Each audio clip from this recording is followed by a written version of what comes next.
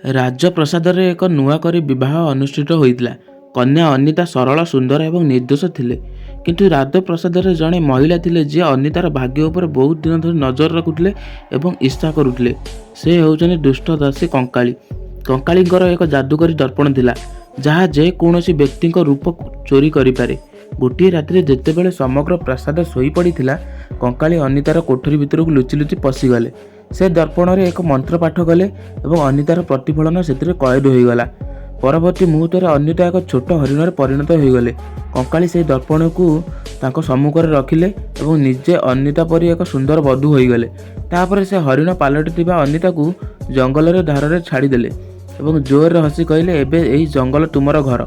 ରାଜପ୍ରସାଦକୁ ଫେରି କଙ୍କାଳୀ ଦର୍ପଣକୁ ନିଜକୁ ଚାହିଁଲେ, ନିଜେ ରାଜକୀୟ ପୋଷାକ ପିନ୍ଧିଲେ, ଅଳଙ୍କାର ପିନ୍ଧିଲେ ଏବଂ ତାଙ୍କ ବିଜୟର ଉତ୍ସବ ପାଳନ କରିବାକୁ ଲାଗିଲେ। କିଛି ସମୟ ପରେ ଅନିତାଙ୍କ ସ୍ୱାମୀ ବୀର ସିଂ ବ୍ୟବସାୟରୁ ସୁନା ଓ ରୂପାର ସମ୍ପତ୍ତି ନେଇ ଫେରିଆସିଲେ। ସେ କଙ୍କାଳୀକୁ ଅନିତା ଭାବି ତାଙ୍କୁ ଆଲିଙ୍ଗନ କଲେ ଏବଂ ଆନନ୍ଦରେ ତାଙ୍କ ଉପରେ ସୁନା ବର୍ଷା କଲେ। କଙ୍କାଳୀ ଆନନ୍ଦରେ ପାଗଳ ହୋଇଗଲା। ଏହି ସମୟରେ ଜଙ୍ଗଲରେ ହରିଣ ବେଶରେ ଅନିତା ଶିକାରୀଙ୍କ ଜାଲରେ ଫସିଗଲେ। ସେହି ସମୟରେ ସେହି ବାଟ ଦେଇ ଯାଉଥିବା ଜଣେ ବୃଦ୍ଧ ସାଧୁ ସବୁକିଛି ବୁଝିପାରିଲେ। ସାଧୁ ଜଣକ ସେହି ଜାଲକୁ କାଟି ହରିଣ ଉପରେ ପବିତ୍ର ଜଳ ସିଞ୍ଚନ କଲେ ଏବଂ ଅନିତା ପୁଣି ଥରେ ମଣିଷ ରୂପରେ ପରିଣତ ହୋଇଗଲା। ସେହି ଯାଦୁକରୀ ଦର୍ପଣଟିକୁ ତାକୁ ଦେଇ ସନ୍ଥ କହିଲେ, ସତ୍ୟତାର ପଥ ଖୋଜ।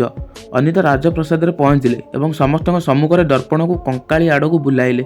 ଏକ ଉଜ୍ଜ୍ୱଳ ଆଲୋକ ଚମକି ଉଠିଲା ଏବଂ କଙ୍କାଳୀ ଏକ କୁତ୍ସିତ ଥରୁଥିବା ବୁଢ଼ୀ ସ୍ତ୍ରୀରେ ପରିଣତ ହୋଇଗଲା। ବୀର ସିଂ ସମ୍ପୂର୍ଣ୍ଣ ସତ୍ୟ ବୁଝିପାରିଲେ। କ୍ରୋଧରେ ସେ କଙ୍କାଳୀକୁ ରାଜପ୍ରସାଦରୁ ବାହାରକୁ କାଢ଼ିଦେଲେ। ଅନିତା ପୁଣି ଥରେ ରାଣୀ ହେଲେ। ନ୍ୟାୟର ବିଜୟ ହେଲା। କିନ୍ତୁ ତଥାପି ଏପର୍ଯ୍ୟନ୍ତ କେହି ଅନିତାଙ୍କ ପାଇଁ ଲାଇକ୍ ଏବଂ ସବସ୍କ୍ରାଇବ୍ କରିନାହାନ୍ତି।